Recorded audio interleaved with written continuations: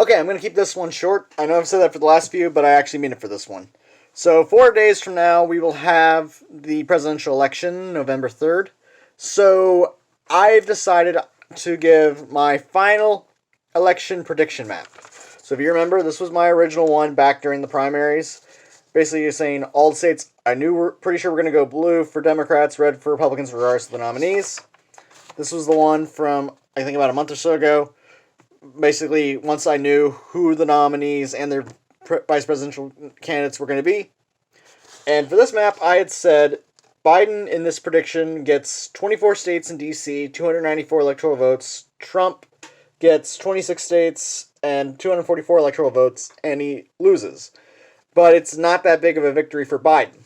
Well, like I said, 4 days from now is the actual election, so this is my final prediction. And this is it. Gonna zoom back out for a sec. As you can tell, there are a few differences, but just to show you the difference, there's just a handful more states I give to Biden. Biden wins, but now I think it's by an even bigger margin. Biden, I predict, wins 26 states and D.C., and has a total of 335 electoral votes. Trump has 24 states for a total of 203 electoral votes. I'm not going to go into as much detail with this map as I did for the last one. I'm only going to just briefly explain the things that change. First up is Nebraska. Now, Nebraska and Maine are the only two states where you can actually win individual district votes, rather than the state as a whole winner-take-all. Nebraska, I predict something similar happened with Obama. Biden wins one district, but Trump wins the rest of the state. So Biden gets 1, Trump gets 4. I said last time I think Florida might be too close. Looking back, or looking at recent polls, I should say, I think Biden has a slight edge just because from polls I've seen with both the youth vote and elderly vote, and something I didn't consider for the first video, former felon vote, Biden has a big lead with all three of those demographics. I think that'll be enough to just barely sway Florida his way. Arizona was a state I thought was going to be close last time, but having looked, particularly with the Senate election there, Scott Kelly is likely to beat, I believe it was Martha McSally. So I think looking at some other polls with the state, there is a chance Arizona could go blue. I think those were the only two states I had changed. Now, I did say last time, Ohio, I still think is going to go red. My opinion on that hasn't changed. One state, though, I'm still a little split on is Iowa. Now, Trump won Iowa, I think, by like 8 or 9 points in 2016. And while I have seen some polls that show basically Trump and Biden in the margin of error, I still think Trump's going to get Iowa. Now, I mean, Biden has made up a big lead in Iowa compared to the polls I saw for Iowa when I did the first video, or at least the video for the map before this one. But I think it's still not enough. I think Iowa's just barely going to go red. I'm hoping I'm wrong with Iowa, but you never know. And then last but not least, Texas.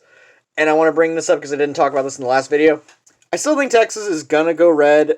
Again, similar with what happened with the Beto O'Rourke versus Ted Cruz Senate election. The double-digit lead Republicans have held over this state is slowly shrinking to a point where Democrats are going to reach the margin of error. But I don't think Biden's going to get Texas. Here's the thing. If Biden gets Texas, then there's a chance that Iowa, Ohio, and I think Georgia could all go blue as well. But I mean, and the reason why Georgia I still have as red is I still think Georgia's too red. It's going to be close there as well, but I still don't think Georgia's going to go blue. But yeah, but I will say this. As for the Senate election here, John Cornyn, the second most powerful Republican in the Senate, he's basically fighting a really tough re-election against MJ Hagar. I'm not going to lie. I honestly, as much as I do like Hagar, I don't think she's going to beat Cornyn. No joke. There's been a lot of Senate elections outside my state I've been following because they seem like, oh, this might be close. I honestly think, once again, it'll be within the margin of error close, but no, I think Cornyn's going to win. Plus, I mean, I think Beto O'Rourke had a better chance of beating Cornyn than Hagar does against Cornyn.